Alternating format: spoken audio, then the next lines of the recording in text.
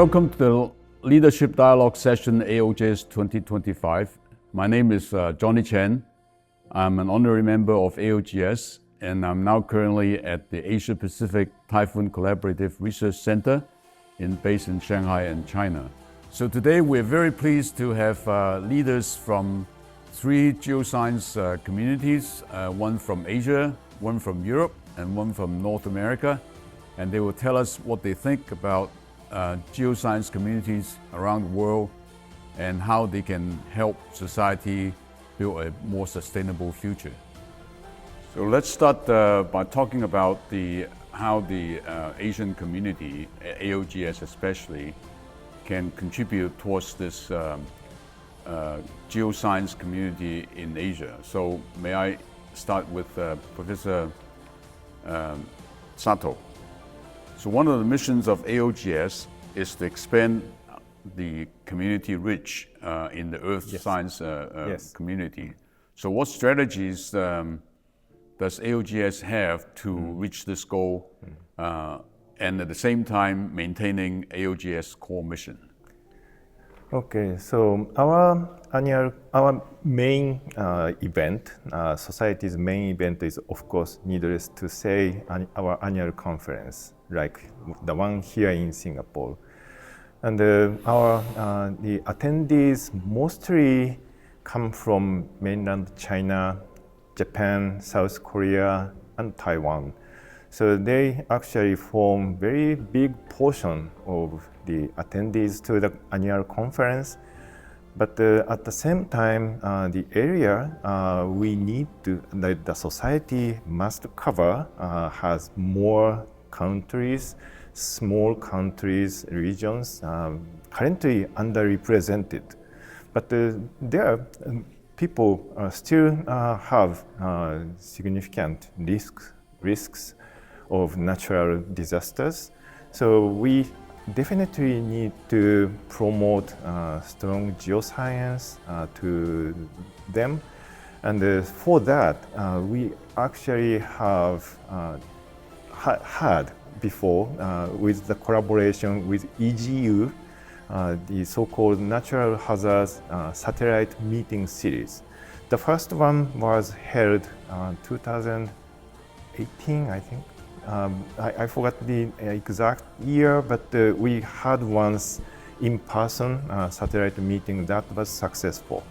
But after that, two other series were held, but unfortunately that was during the COVID pandemic time, so it was only possible by virtual format.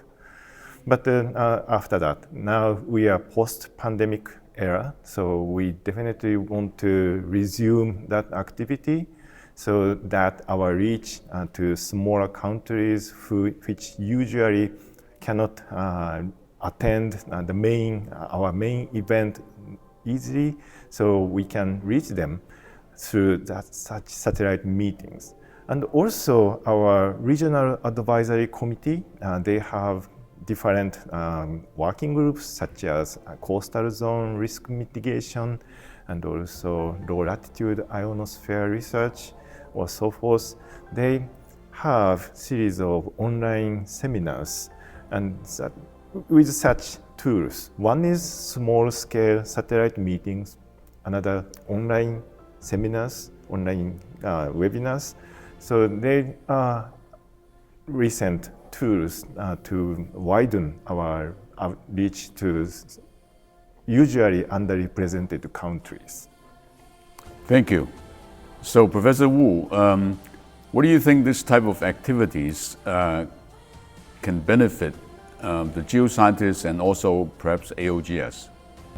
Thank you, Johnny. I totally agree with Takehiko about his points of this collaboration among all the societies. And to start with, we are very lucky to be under the big umbrella of AOGS, AGU and EGU. And other than that, in AOGS, it covers the areas of Asia Pacific, which is a big region, very vulnerable to geo hazard. such as earthquake, typhoons, flood, drought, and even tsunami and volcano.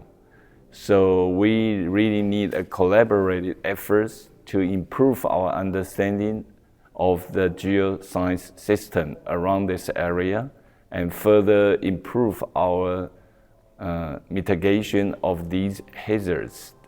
And for this large-scale scientific problem, it is not easy to handle it alone. We need to work together, and that is the only way to really improve our understanding of the science behind and also improve the problems. That is also why the AOGS and all our communities, including JPGU and TCGU, when we work together, we have the maximum benefits to help each other, to support each other, and all the science can be exchanged, data can be shared, and with all those efforts, and I think we are in good shape and to continue to grow and to get better. Okay, so Professor Takahashi, following up on Professor Wu's comments, what emerging research does the Asia geoscience community have in addressing these big issues of disaster warnings? Yeah, so the disaster is the very common issue in Asia. The similar disasters are happening in this area, such as the volcano eruption, typhoons, and earthquakes. So, and sometimes landslide and heavy rainfall. So then we can share the knowledge and technologies among these countries. So then JPGU has the agreement, MOUs, with AGU, EGU, AOGS, and TCGU. But adding to this, so we are promoting the relationship with the individual societies and the scientific societies in Asian countries. So they don't have the union level community, but they need to start the collaboration with us, we believe. So then we completed the international partnership agreement with about 10 societies in Asia. So that is the meteorology or the solid earth and so on. So then we need to encourage the developing countries to establish such a communities and connecting to broader area of the sciences. Therefore, the collaboration with the AOGS must be one of the key issues for them. So this is great. Professor Sato, can you set an example, specific example as to how these collaboration have achieved the purpose of disaster mitigation?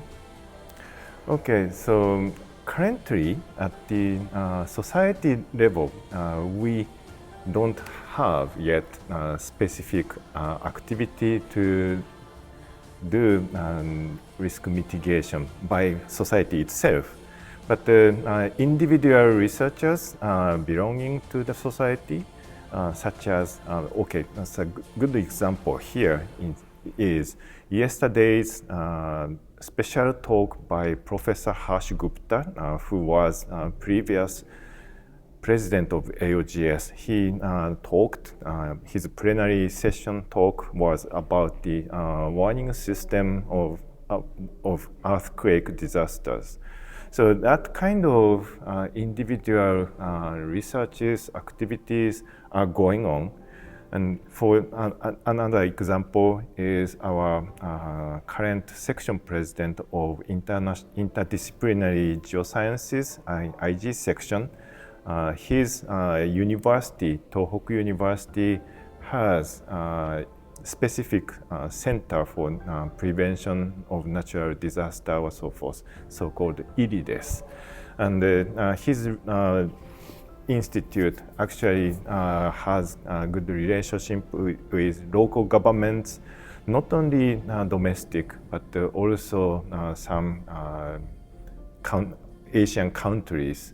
So their research is actually becomes basic knowledge about risk mitigation and actions, specific actions, and such knowledge is being transferred to local government and so forth.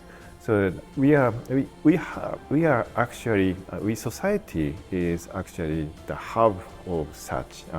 Under that, individual researchers or institutions, they do more direct connection to those who actually need such knowledge to reduce the risks or fatality once natural hazards occurs.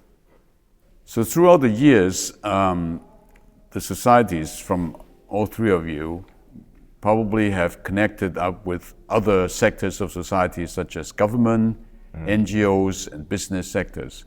So can you maybe tell us a little bit about what kind of connections that you have established to help with this disaster mitigation?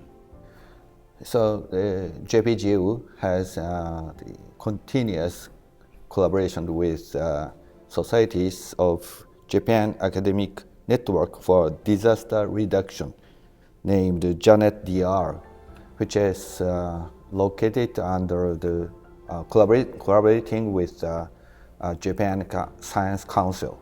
So that community has the around 70 members now, and JPGU is one of them.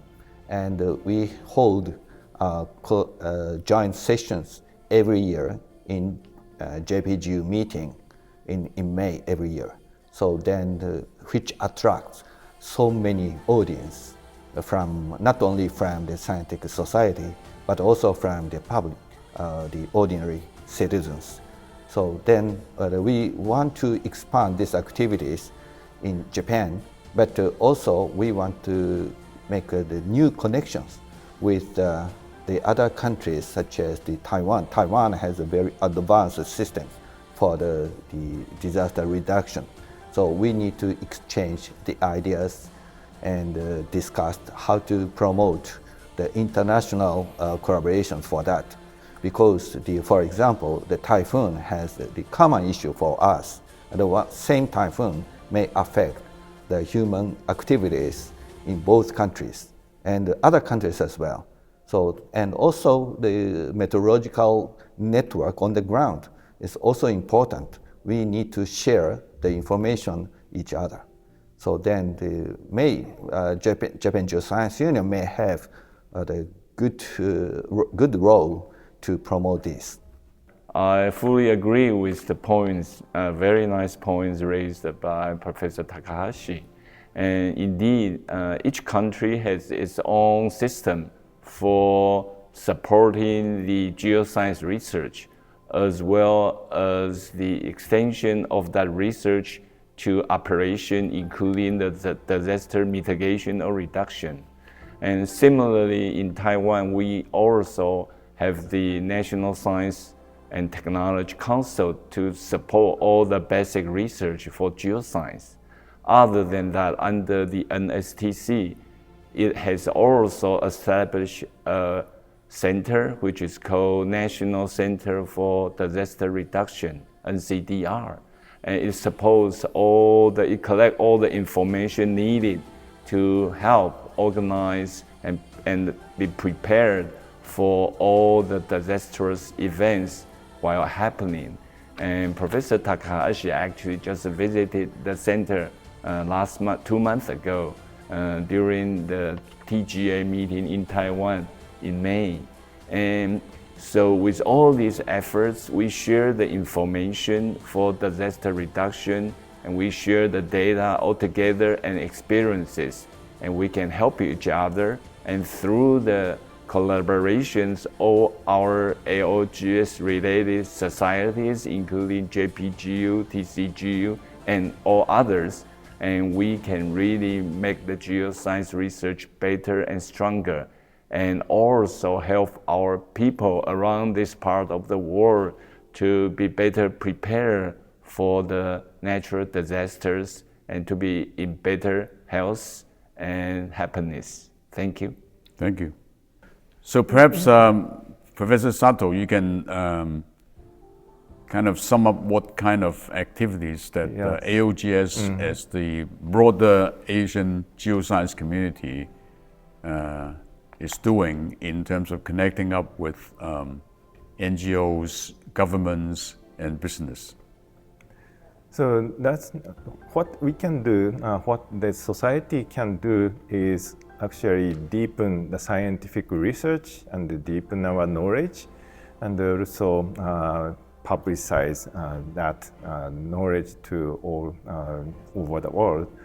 And this Singapore meeting, we have one special session dedicated to Myanmar earthquake happened in March, and we invited researchers from Myanmar and Thailand, the area which affected lots. So their actual researches or experiences that will be very crucial for us to know about what happened and how disastrous that was, and also what to do by ourselves or by involving local government or other organizations. So that kind of activities must continue with the collaboration, through the collaboration with other societies. And that's what our MOU actually means, not only relationship between the societies, but how we get together to actually improve our human beings to natural disasters. Well, thank you very much, the three of you, and I'm glad to hear that the Asian community is really collaborating among the different geoscience societies, and hopefully we can all work together to help countries in Asia to have a more sustainable future. So thank you very much.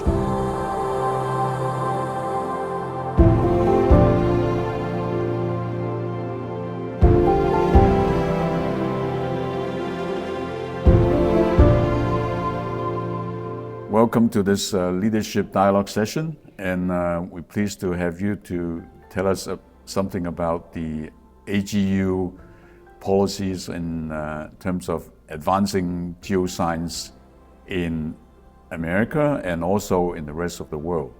So my first question to you is, how has the recent U.S. science funding priorities challenged the priorities that the AGU has? Yes. Thank you so much for having me. It's really a pleasure and an honor to be included in this conversation with other association leaders from around the world. We have a lot of work ahead of us as a united front, and I'm looking forward to that, and I'm excited about being here with you. Traditionally, historically, the United States has made up about 30% of all funding for science around the world. That's a dominating amount of money, and it helped propel incredible scientific discoveries and advancements over the years. Unfortunately, the current administration has pulled back on most of that. They have ended grants that people around the world were counting on to continue their research on climate change, on natural disasters, on extreme weather, on what's happening in the ocean and air pollution and what kind of impact that has on humanity. And it has been a real challenge for AGU and our sibling organizations in the United States to push back on that. But we have done it, and we're excited about it because it has invigorated the scientific community, and they recognize, our scientists, our members recognize more than anybody the kind of disastrous, frankly, impact that this funding cut and cut in expertise across the government has really had on the future of scientific research and the development of solutions that will benefit all of humanity. For example, universities have lost a lot of their grant funding. That means that labs have closed, important research is terminated. Students now no longer have research that they can conduct. And so the entire talent pipeline for the scientific enterprise is really in jeopardy at this point in time. And we know other countries are stepping up. We know many universities around the world are taking on extra students, but it's going to change the dynamic for sure. And we just have to make sure that now, in the present moment, but also think about 10 years from now, what will the scientific enterprise look like, and what should we be doing today to make sure it's as vibrant and well-funded as it is now. So specifically about, you mentioned about climate change. So Yes. Obviously different administrations have different emphasis on climate change and how it might impact on natural disasters. So what do you think is going to happen with this situation now, and in terms of impacting on environmental disasters and mitigation? I think that's one of the most serious results of these ill-advised actions that the current administration in the United States is taking. We are interrupting, by cutting off funding, we're interrupting this important research that leads to longitudinal data that's critical for scientists and others to apply to what is happening in the world. The ability to predict extreme weather conditions, sometimes even a few minutes, will make a huge difference in saving lives and helping people get to safety, or to help health officials prepare for an influx of injured or people who have been impacted by an extreme weather event or a natural disaster. It's short-sighted, and I believe, unfortunately, it's going to set us back and make it very, very difficult for the entire globe to have the kind of data that they need to make the kinds of conclusions that are helpful to humanity. It's going to be a very, very difficult road ahead with these data sets, with interruptions, with uncertain access to them, what's going to happen, the research that is ongoing, the things, as I mentioned, that may add a minute or two to a warning for an earthquake, a tsunami, an extreme weather condition. All of those things are beneficial to real people on the ground, and I worry we're going to lose that. So as a leader in the geoscience community, how would AGU try to communicate these thoughts to the other sectors of society, so that perhaps there would be some political influence to reduce the impacts that you just have mentioned? Yeah. So there are a number of ways that we are active in that area. We have taken on this responsibility very, very seriously and have devoted significant time, effort, resources, and expertise to it. First of all, we think that the best messengers are our members, the actual scientists who are working on these issues. However, even scientists have to and should be trained to talk to policymakers who are mostly not scientists and who may have a hard time understanding and grasping the importance of this work as our community would. So AGU offers communications training for both the media, how to talk to the media, how to talk to policymakers, how to talk to your communities in where you live to get more support for additional funding, for additional programs that will make a difference here. We also think there has to be a targeted message, and so AGU does develop those. We think about the audience that we're talking with, what's most relevant to them, and we do pass that on to our scientists to make sure they are well equipped when they go in to have these conversations. And finally, we want to have relationships already established. It's nice when there's a crisis or right after a natural disaster, everybody wants to rush in and do something about it.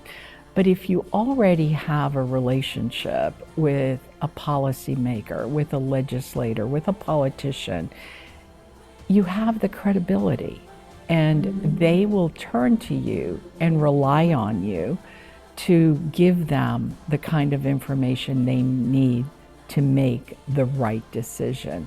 And so we believe that scientists should be working on this consistently, and even when there isn't an urgent situation, let's create those relationships, become a trusted source. That's what we do at AGU. Members, for example, in the United States Congress, both Democrats and Republicans, rely on us to give them the correct information and to connect them with scientists who have an incredible amount of credibility with them. And it works, but you need to develop those relationships over time. One of the activities that I'm most excited about and most proud about is that our scientists have in fact stepped up since the start of the current administration in the United States. They have made thousands of phone calls to congressional offices to try to stop some of these funding cuts and some of these staffing cuts that are being implemented across the government. They have sent hundreds of emails, and they've even come to Washington to spend time with policymakers to educate them on the very, very serious impact of what the administration is proposing. So in addition to talking to policymakers and the community, would AGU or has AGU been connecting up with other sectors of society such as health or other business sectors in terms of strengthening this type of communication strategies? Yes, we work with a number of coalitions on various issues across the entire scientific spectrum. There are a number of scientific societies around the world. Many of them are represented here at this conference, but there are dozens of others. And our goal is to connect up with them, join forces, become a stronger voice. But there are also organizations outside the strict scientific community. We call them adjacent organizations. So the public health field, they are incredibly impacted by what Earth and space scientists do on an ongoing basis. Air pollution, soils, the integrity of our environment has such an impact on human health. So we try to even reach out to other organizations, including funding organizations, private sector organizations who have an interest in these issues. So we're very committed to that, and we spend a lot of time devoting ourselves to building those relationships as well. Well, coming back to the funding issue, we know that with the funding cuts and so on, there will be some impact on the early career scientists, geoscientists, trying to develop their own research and pushing for a sustainable future. So how is AGU helping these early career scientists in securing funding from not only from the government, from other private organizations to help them develop their research in the future? Well, we're starting close to home to begin with. If you've been impacted by a government action, and it's any government around the world, it's not just the United States, but if you've been impacted by a government action, we will give you a free membership, we will waive fees, different fees across the organization, so that you can stay connected and you can tap into the global network that is AGU. We represent a community of 500,000 scientists and science enthusiasts, and the connections that the early career scientists can make through an organization like AGU is really incredible. You can find AGU scientists in more than 200 countries and regions around the world. So that's an incredible resource, and we want to be sure they continue to have access to that. We're also connecting them through some of our publications who are tracking grant funding and what's happening to it. Unfortunately, a lot of it is negative now, but there are in fact opportunities around the world. And unfortunately for the United States, many early career scientists are choosing to go to another country, to go to other institutions around the world. I firmly believe that science has no boundaries. So our hope is that these young people can find a suitable situation where they can continue their education, continue their research, get their careers started in a solid way, and hopefully continue to make an impact. Well, thank you very much, Janice. I feel really encouraged about what AGU has been doing in leading the geoscience community and towards these challenging times, and hopefully that we can continue to push our agenda for a more sustainable future. So thank you very much, Janice. Well, thank you very much, Johnny, and thank you to AOGS for having us. Thank you.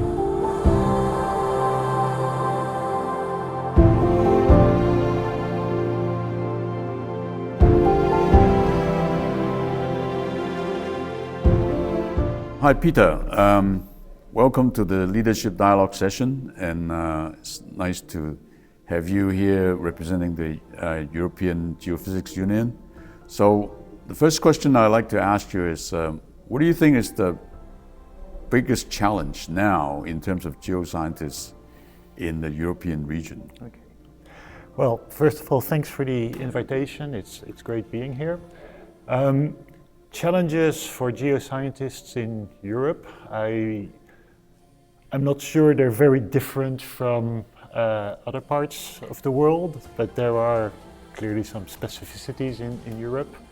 And I think there's mainly three types of challenges, but they're interrelated. The first, the most basic, maybe down to earth or basic one, is funding, which is of course crucial for the scientific enterprise. So in Europe, funding is partly provided by the European Union through their Horizon program, and of course also by this patchwork of different countries that make up Europe. And so the situation is also quite varied across Europe.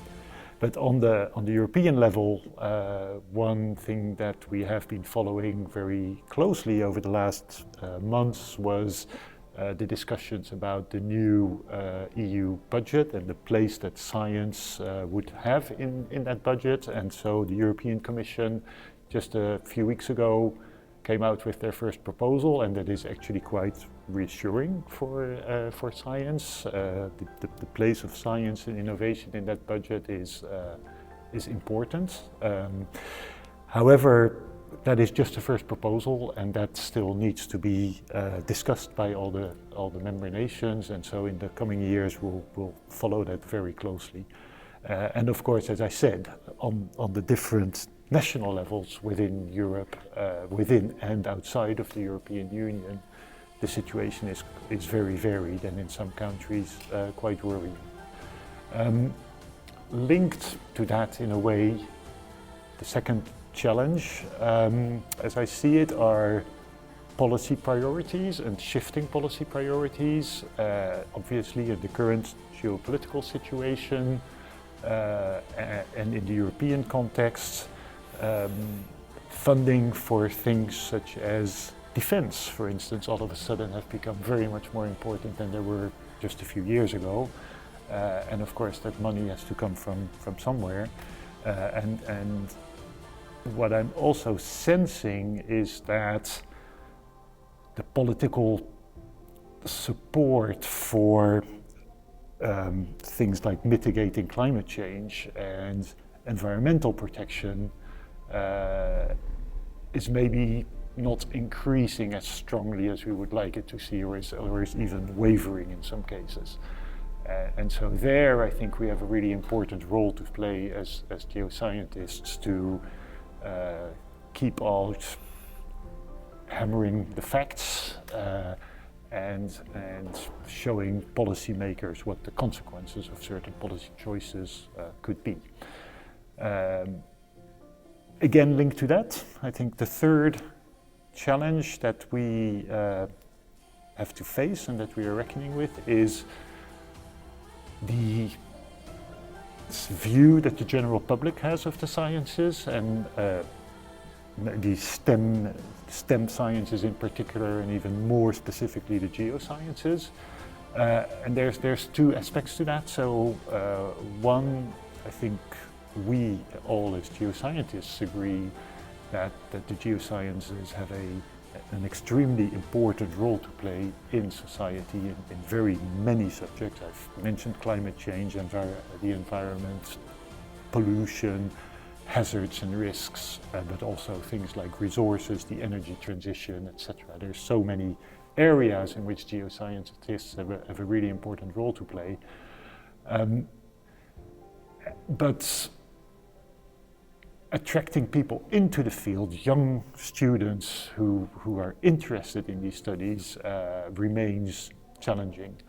And so we have to be more outgoing towards the public and show what we are doing and why it is important, but maybe also as a field,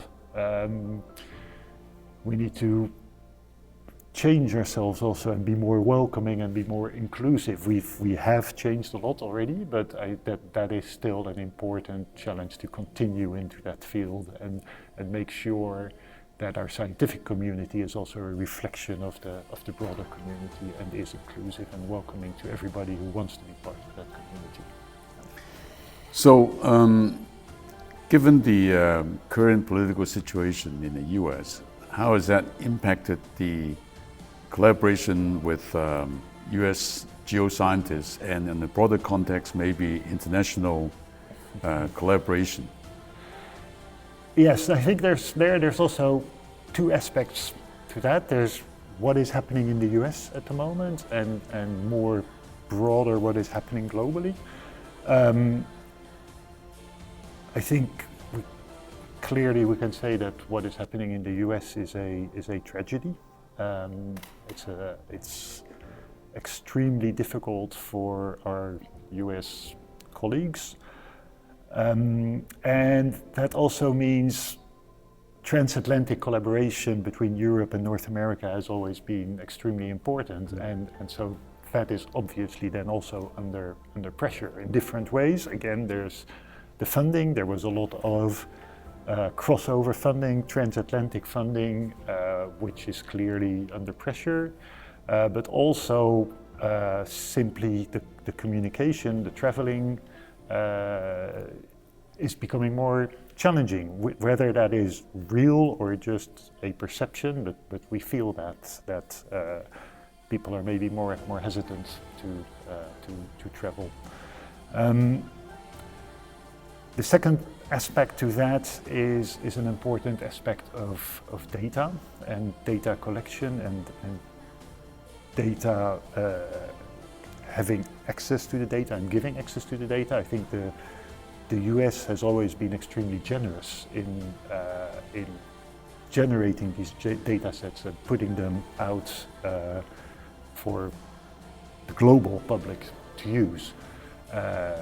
And of course, that is also something that we are really quite worried about, what the future of that is. And just one example, only last week we heard that the Mauna Loa Observatory, which has of course been the main source of CO2, atmospheric CO2 data, might close because of lack of funding. And of course that is extremely worrying.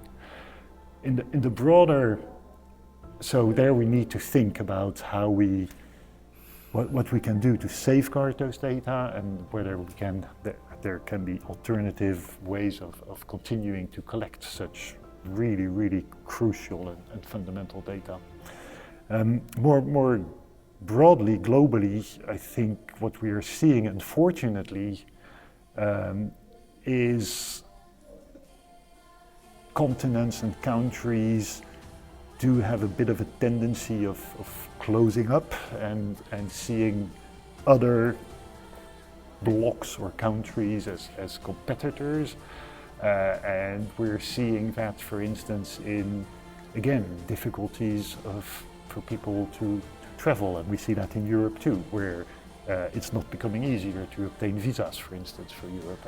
And that is a problem for people who want to visit their peers, their colleagues, who want to come to conferences, etc. And so, as a union, we need to also think about how we deal with that. And one of the things we're going to put in place as of this year is, for instance, an early acceptance for people who are worried about their visa, so they can have their invitation letter earlier and just make that a little bit easier. But yeah, I think that is something that as scientists of course, science thrives by collaboration. As scientists, that is extremely important, this openness and collaboration. And so we should try as much as we can to resist those calls for closing up and closing ourselves off to the rest of the world. So I understand that Europe has a very long standing collaboration or engagement with African countries. And what you're saying is that there might be some shift. And so what do you see would be the challenge of working together with African countries? So yes, that's true. Europe has a long and also complicated history with many African countries. And the geosciences have played quite a central role in that history. You can only, again, think about resources, for instance. With Africa, also with South America, of course, where there's very strong cultural and linguistic and historical links, and also with many countries in Asia. The main challenges I see is, so firstly, there is this complex history that we have to acknowledge, and that means that in our dealing with countries from the global south and Africa and other parts of the global south, I think it is good for us to have a certain humility and to try to, we tend to have a tendency to sort of impose our views, and we need to be a bit careful about that. This whole question of scientific neocolonialism has become a really important conversation within EGU over the last years, and we have run several union symposia, great debates, short courses, etc., on this topic to raise awareness on this topic, and so to create real collaborations with scientists from the global south. So I think that is a challenge in a way. Obviously, there is a challenge in the economic challenges that face scientists in the global south in doing their science, and so and that clearly creates an imbalance, and so which is also linked to this question of scientific neocolonialism. So how do we create equal relationships when the economic challenges are so unequal? So, and there's different things that we can do as a union to try to mitigate that somewhat. For instance, we now have a program where scientists from the global south can participate online without cost in our General Assembly. We have put in place a new article processing charges scheme for our journals, in which, again, scientists from the global south can get full waivers for of these publication charges. And so that's sort of how we are trying, I think, to do our bits there. Last thing I would like to mention there is that EGU has run for a long time, has had a program which was called the Alexander von Humboldt Conference, which was a conference in and for the global south, in a country of the global south, often in Africa, but also in Latin America and in Asia. These have been run. They've suffered throughout the pandemic, but we're very keen to set these up again. And so if any scientist from any country in the global south has a good idea for a conference on the geoscientific topic with societal relevance, we would be more than willing to sponsor that. So what about Asia? I mean, so obviously EGU is now work closely with AOGS, and your scientists are coming more to our meetings. And so what do you see? I assume that the challenges or the collaboration with Asian geoscientists will be a bit different than those in South America and Africa, right? So, yeah, I think so too. They're partly similar, but partly also quite different. I think there's a similarity with some countries where we also have this long and complex history, but also strong cultural ties. My mother was born in Indonesia, for instance, and so you know, personally, I still feel these ties with countries in Southeast Asia. I think there's also one thing where EGU and AOGS are maybe somewhat similar, is that we represent a range of countries with, again, very varied economic situations and support for science.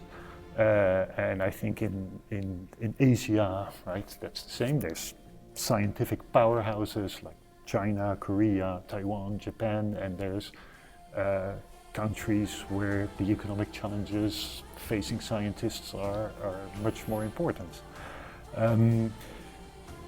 What I found coming here in Singapore is the real vibrance and the dynamics of the Asian geoscience community, and I'm really impressed by that. And so I think there's really a lot of scope for stronger and further collaboration.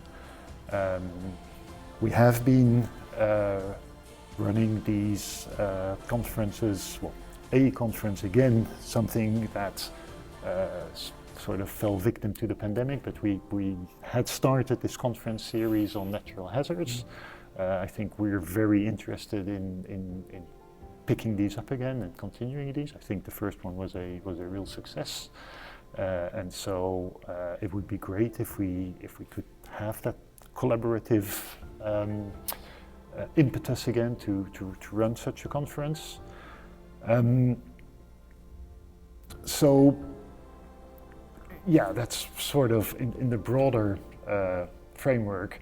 I think there's one thing maybe which comes back to what I said earlier in the first question, and that relates maybe more specifically to China, which is of course a large part of Asia, and that is that unfortunately there has become, or this idea that, you know, we're sort of competitors has grown, and I think again for scientists that's not the way we should see the world, right? Science only progresses through collaboration. However, we see that clearly within Europe, and not only within Europe, that there's certain hesitance to maybe work fully and completely with China on different topics. And so that is something also where I think we as scientists can set the example and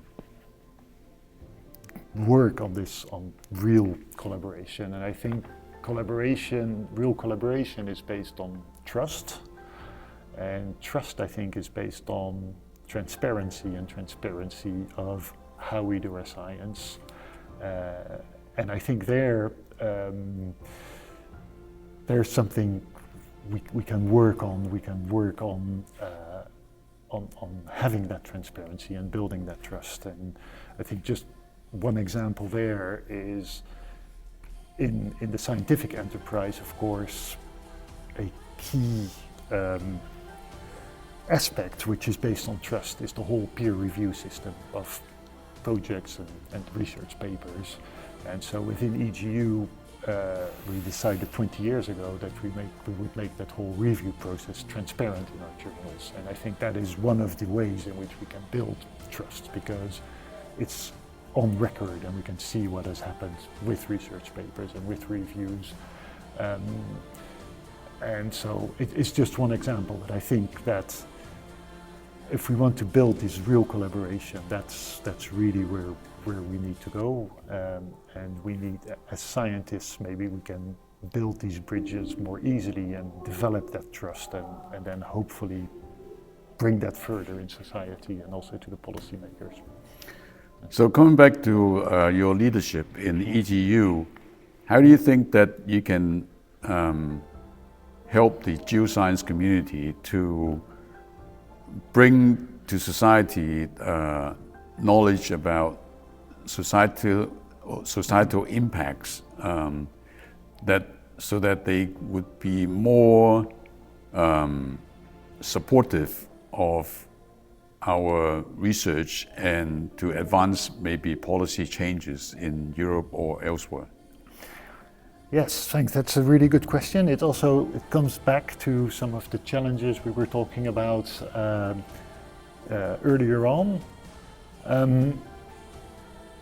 I think our role as scientists is, I think, not to tell policymakers what to do, but to give policymakers the facts, and also as best as we can to inform policymakers of the probable consequences of certain policies, and so to make predictions. And to do that, again, requires, however, of course, a party that will listen. And so in our experience, EGU as a European organization, we mainly work with European policymakers at the EU level. And that has